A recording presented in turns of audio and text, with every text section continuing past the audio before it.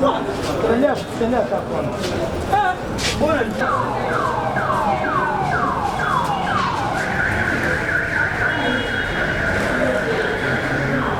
place, hein. Merci. C'était le samedi passé. Vous nous avez soumis des cas des mamans qui étaient retenues ici à cause de frais.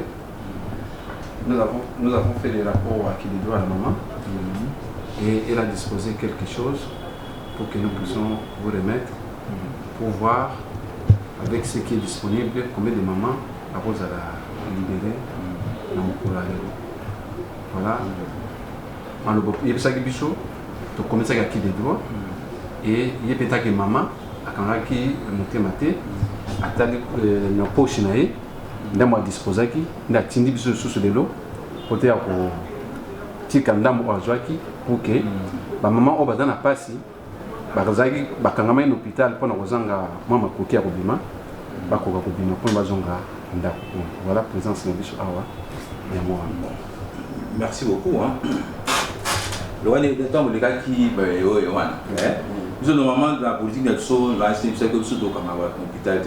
c'est pas une prison. Oui. Mais il arrive qu'il y a des gens que nous constatons va diminuer. C'est-à-dire, sur moi ça bâtit, le cas de la césarienne par exemple.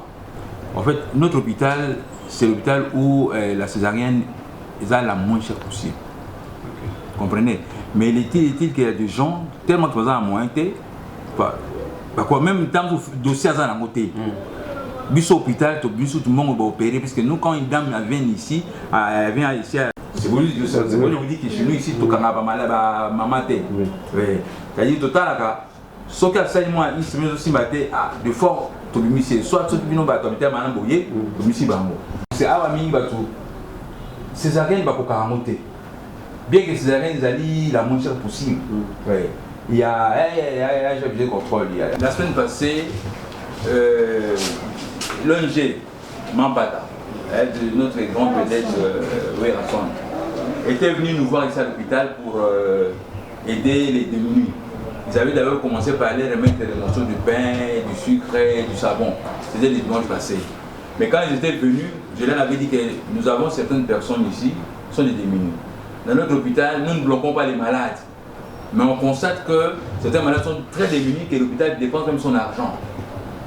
C'est le cas d'une handicapée qui a accouché ici, son directeur qui est ici, avec une enveloppe. Moi j'ai voulu, comme ils sont en train de filmer, j'ai voulu que les syndicats soient là, qu'ils soient au courant du secret qui se trouve dans cette enveloppe.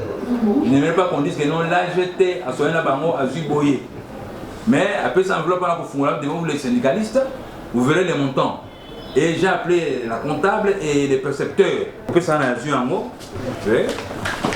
Merci. Et j'ai habité contrôle.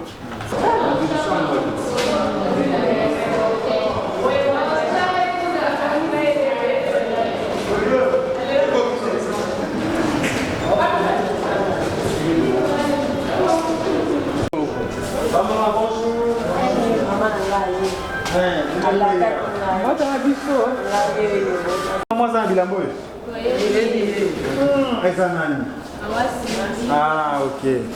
Moi, c'est Werason, ok. Mais bon, mitungi sate, maman, nabilongi azawate. Mais yende mtatini ngulu pa oyo, aya ko sunga nabilongi yoso. Bonjour tout le monde, ba maman nanga eska bozali na bande ko mibali oyo boza ko accompagner ba maman eska bazali. Vraiment nazana esengo ya ko ya liboso na bino pour pesa bino vraiment merci. Merci na ba kambinyo so ya maternité ndenge bo seklaki ko yamba ONG Mambata assistance. Oyo ngai nazali ko kamba bondima ko yamba bango vraiment merci mingi na bino. Pe bondima ko yamba ya muke oyo tozwaki na bandeko oyo basungaki biso mwa muke poto ya ko sala visite wana.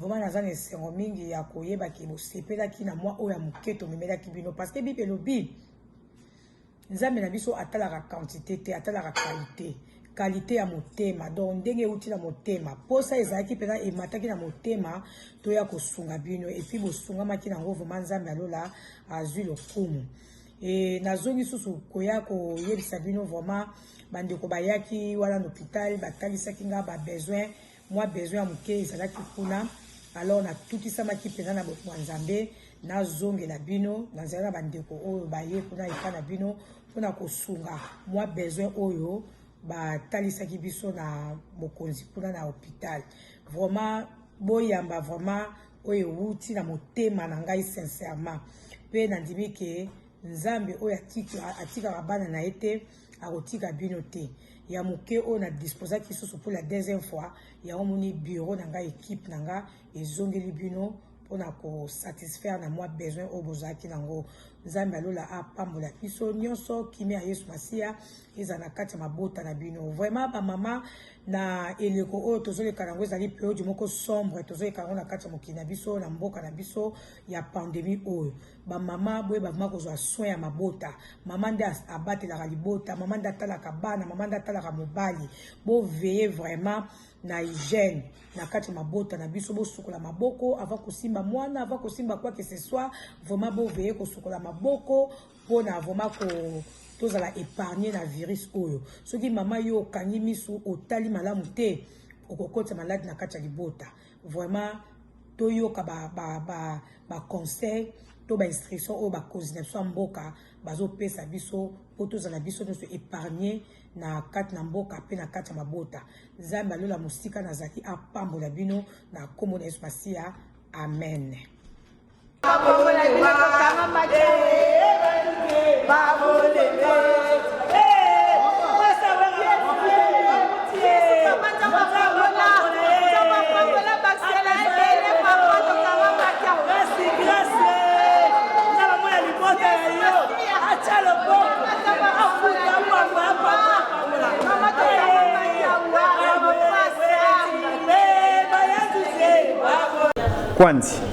Kwanzi nde yo mère double mama pasa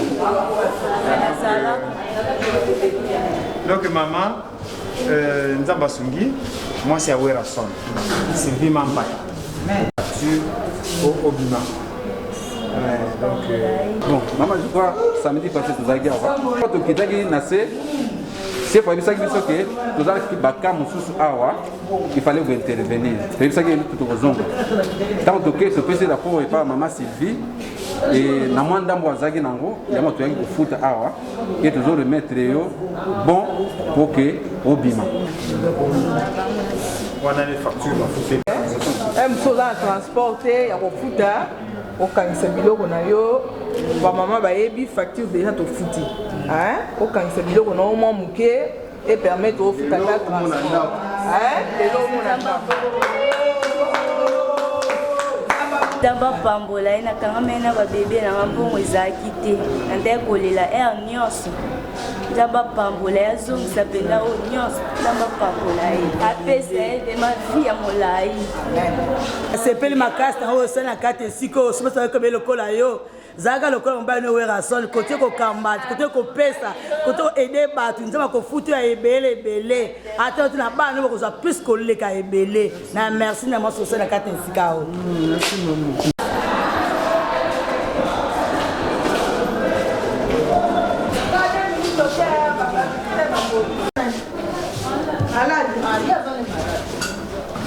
bamama mbote na biso malgré moto yeko otala mpe aza na ya kolala mama yoyipa na yo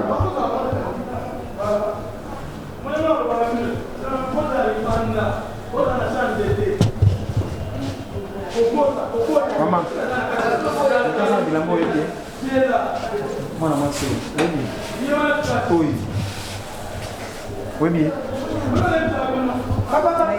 ah très bien très bien donc Sylvie Mampata oyo bayembaka mingi mwasi awera son nde ye motema na ye asambelaka mingi motema na ye nde etushamaki makasi malgré awa ye te natindi bato na ye mais motema na ye esimbami epa na yo po afutela yo facture donc mwasi awera son afutela yo facture lelo po obima na maternité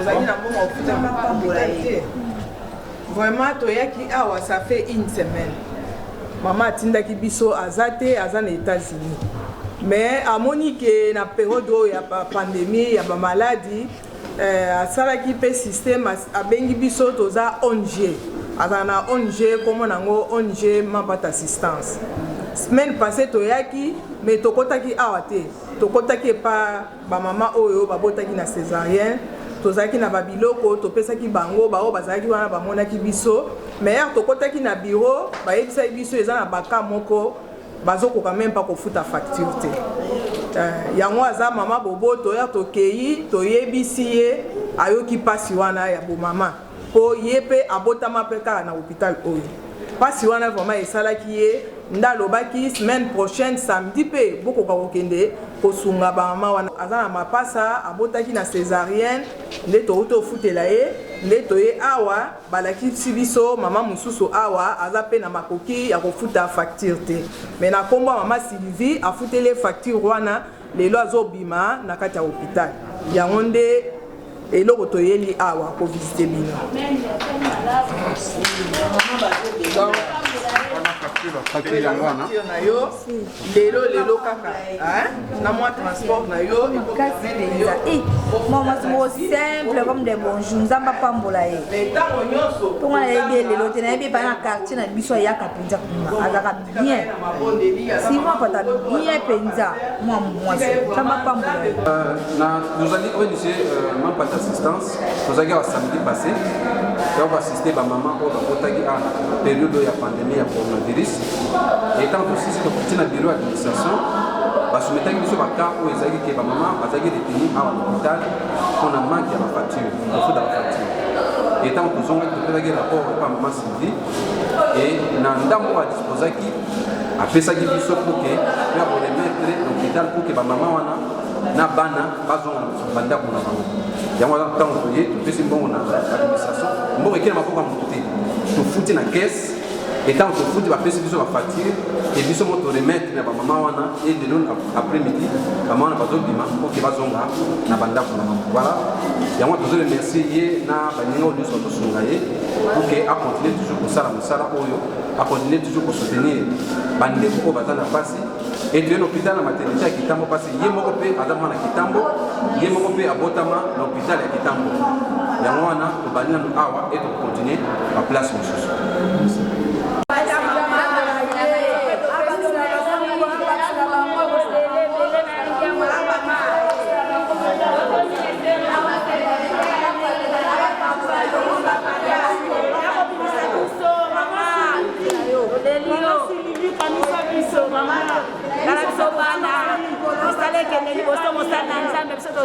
Mama